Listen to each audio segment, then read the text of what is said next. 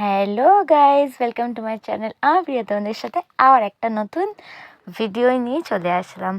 তো আজ ছিল শনিবার দিন, তখন রাত 10:30 বাজে। আমার 3টে কেক কনফার্ম করে যে তারা রোববার বিকালবেলায় কেক নেবে। তো যেহেতু বিকালবেলা রোববার আর আমি এই ফার্স্ট টাইম আর্জেন্ট অর্ডার নিয়েছিলাম, আর রাত 10:30 দিয়ে আমি কাজ শুরু করি, কারণ আমাকে 9:30, 9:40 বা 10টা নাগাদ পুরো কনফার্ম করে 3টে কেকের যে তারা সানডেতে নেবে। আর একজন সকালেই কনফার্ম করেছিল যে মানডেতে মর্নিংয়ে একটা কেক নেবে। তো পরে আবার সে রাতে আরেকটা অর্ডার দেয়, যেটাই এখন কাটিং করছি। তো ফার্স্ট তোমরা দেখতে পেলে একটা কেক ফিনিশিং করে আমি তোমাদেরকে দেখাচ্ছিলাম। তো ওটা ছিল গোপালের জন্য। তো যেহেতু ওটা নিরামিষ হবে, তো আমি সব কিছু আগে রেডি করে আগে ওই কেকটা তৈরি করে নিয়েছি। আর তারপরে মনে পড়লো যে আজকে তো আমি এই ফার্স্ট টাইম 3টে কেক একসাথে বানাচ্ছি, তো ভিডিওটা করেই ফেলি। তো ফার্স্ট কেক কমপ্লিট করার পর আমি 2টো কেক কাটিং করে নিই, দেন ফার্স্ট কেকটা স্টার্ট করি। এটা ছিল একটা, আমাকে প্রায় সবকটারই ডিজাইন পাঠিয়ে দেওয়া হয়েছিল, তো আমি চেষ্টা করেছি সেই ডিজাইন অনুযায়ী করার। কারণ তোমরা, জানি না এর আগে আমি কখনো তোমাদের সাথে শেয়ার করেছি কি না, যে আমি কিন্তু পুরো কেক বানানোটা ফোন দেখেই শিখেছি। জানি না কজন বিশ্বাস করবে আমার কথা, কিন্তু এটাই সত্যি। তো তাই চেষ্টা করি যতটা ভালো করা যায়।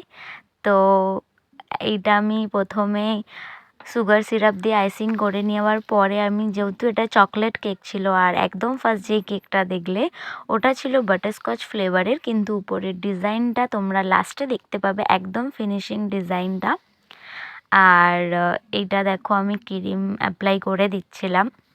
আর এর আগের 2টো ভিডিও তোমরা আশা করি দেখেছো কেকের। আর আমি কিন্তু এখন করে চেষ্টা করি যে যারা রিভিউ ফোনে অনেকে দেয় আর যারা মেসেজে দেয় সেগুলো তোমাদের সাথে তুলে ধরতে।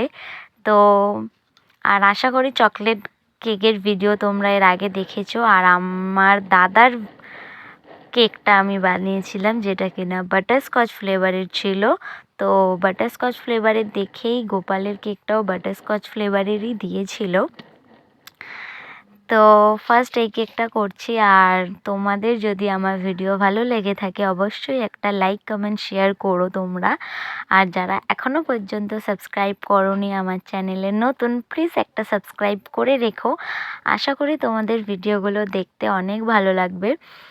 আর যারা এতদিন সাবস্ক্রাইব করে নিয়েছো তাদেরকে অসংখ্য ধন্যবাদ। আর আমার কেক যদি তোমরা কেউ নিতে চাও কলকাতার মধ্যে, তো তাদের জন্য আমি আমার নাম্বারটা শেয়ার করে দিচ্ছি একবার, 6291480294।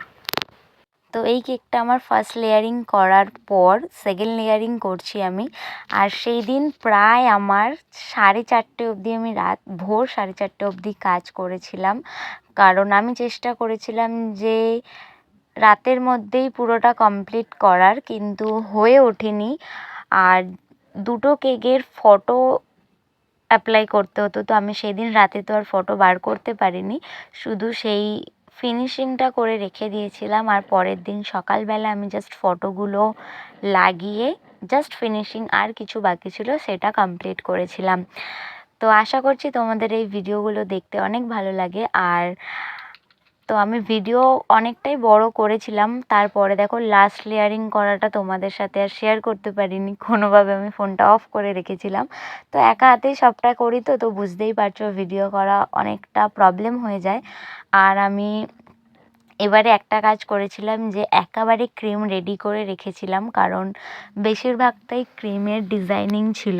তো আমি আগে দিয়েই পুরো ক্রিমটা তৈরি করে রাখি, যাতে আমাকে বারবার করে ক্রিম করতে না হয়। তো ওই কাজটার জন্য আমার অনেকটা কাজ সুবিধা হয়ে গেছিলো রাতে। আর দেখো আমি এখানে পিঙ্ক কালার অ্যাপ্লাই করছি, এটা বেস কালার ছিল পিঙ্ক। আর একটু হালকা হতো, পরে আমি রিয়েলাইজ করি কি বলো তো, এখানে কালার অ্যাপ্লাইটা না একদম এক্স্যাক্ট কালার অনেক সময় আসে না।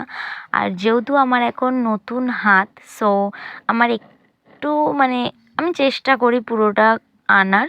যতটা হয় আমার পক্ষে আমি ততটাই চেষ্টা করি। আশা করি পরে আরও ভালো করতে পারবো। তো আমার দেখো মোটামুটি ফিনিশিং টাচ দেওয়া হয়ে গেছে, আর পরে আমি কেকটা পুরোটা কমপ্লিট করে নিই। তোমাদের ডিজাইনটা কেমন লাগছে অবশ্যই জানিও। আর কেকটা পরে আরও একটা জিনিস প্রবলেম হয়, তোমরা দেখো দেখতে পেলে এক জায়গায় একটু ডিপ পিঙ্ক কালার মতো, তো পরে আরেকটা দেখো এই কালার, এই একটা লাভের মধ্যে ছিল, আর এইটা পুরো গোপালের ওই কেকটা ফিনিশিং, আর তার রিভিউটা তোমাদের সাথে শেয়ার করলাম। আর এই কেকটার ফিনিশিং লাস্টে আমাকে বলে এরকম নাম লিখে দিতে। আর যে আমার থেকে এই কেকটা নিয়েছিল সে পরের দিন আরও একটা কেক নেয়। তো এই কেকটারও ফিনিশিংটা দেখে নাও কেমন লাগছে, জানিও অবশ্যই কমেন্ট করে। আর যেটা বললাম যে পরের দিন আরও একটা কেক ছিল, মানে মানডেতে, তো সেই কেকটা তৈরি করছি। আর হ্যাঁ, তোমাদেরকে যেটা বলছিলাম পিঙ্ক কালারের কেকটা কি হয়, আমি ফিনিশিং করে পুরো ফ্লাওয়ার কমপ্লিট করিনি, তো তখন আমি ফ্রিজে রাখি। দেন একটা প্লেট আমার থেকে হাত করে স্লিপ করে আমার ক্রিমের মধ্যে আবার চলে যায়, তো ওটাকে আবার ঠিক করার জন্য আমি ওই জায়গাটুকুনি একটু অ্যাপ্লাই করেছিলাম একটা পিঙ্ক কালারের ক্রিম দিয়ে। তো এটা হচ্ছে আরেকটা, এই কেকটাই আমাকে ফার্স্ট অর্ডার দেওয়া হয়েছিল যে মানডেতে নেবে বলে। আর ওর কি মনে হয়, ফ্রেন্ডটা কিন্তু আমার স্কুল ফ্রেন্ড ছিল। ও জাস্ট আমার ফটো মানে ভিডিও বা স্টেটাস দেখেই আমাকে অর্ডার করে, আর একসাথে দুটো কেক অর্ডার করে আমাকে ভরসা করে।